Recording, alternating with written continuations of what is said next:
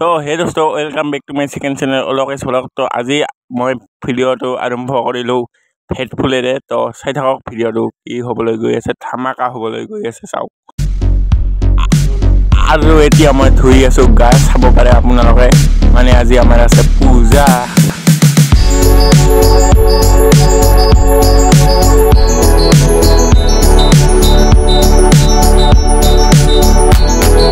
আৰু ফাইনেলি আমাৰ পূজা আৰম্ভ হৈ গ'ল চাওক। এয়া পূজা কৰি আছে পৰমনে চাওক। হৰিব হৰিব হৰিব।